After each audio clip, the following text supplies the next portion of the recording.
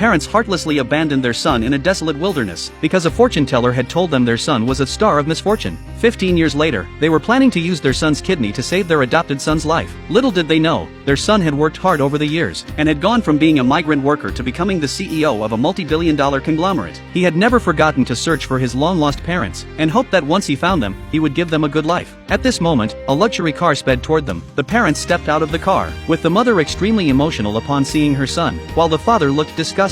Seeing his attire, the father mistakenly thought he was a migrant worker and claimed that the Chu family's reputation was being ruined by him. The adopted son, seeing this, tried to calm his father down, explaining that the brother had been separated for 15 years and had never attended school, so he had been doing low-level work all this time. The mother quickly introduced the adopted son to him. The CEO was happy to reunite with his family, but before he could reveal his true identity, his parents took him back to their home. The adopted son immediately began bragging about their 1,000 square meter villa, but the CEO said the house was not even 1/10 the size of his. He suggested his parents move to his house. The father, upon hearing this, thought he was boasting, and decided to take him to the utility room to teach him a lesson. He told the CEO that he would have to sleep in the utility room tonight. The mother also explained that there weren't enough rooms in the house, so he would have to make do in the utility room for now. At that moment, the maid came in, saying she had followed the lady's instructions, and prepared the largest room for the adopted son's music room. Faced with the different treatment from his parents, the CEO only smiled slightly and sighed, commenting that they had a spare room for the adopted son to be used as a music room. Yet their biological son was forced to sleep in the utility room. He then asked his parents who their real son actually was. The adopted son scolded him for speaking to his parents like that, only to receive a slap in the face. The parents, seeing this, were very distressed. The adopted son, trying to gain sympathy, pretended to offer his room to his brother. He pretended to be sincere, saying he would go live in the utility room. The parents quickly stopped him. The CEO, unwilling to watch the adopted son's bad acting, simply grabbed his bag and went upstairs to the adopted son's room. He had originally planned to gift his parents $10 million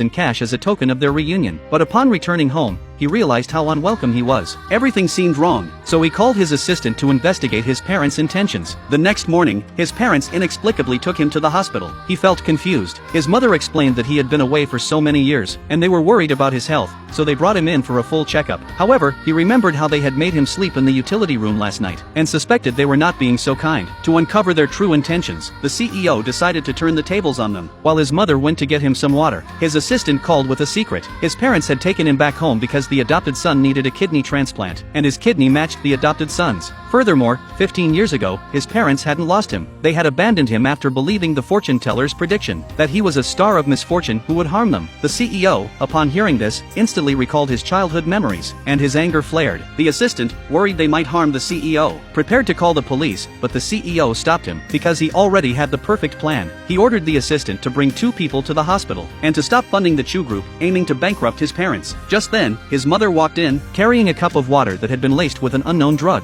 His parents had already contacted the doctor, preparing for surgery. They planned to make him drink the water, knock him unconscious, and then sign the surgery consent form as his parents. The CEO, remembering how his parents had abandoned him in the wilderness 15 years ago, and now wanted him to donate a kidney to save their adopted son, decided to turn the tables. He decided to play along, and drank the water in front of his parents.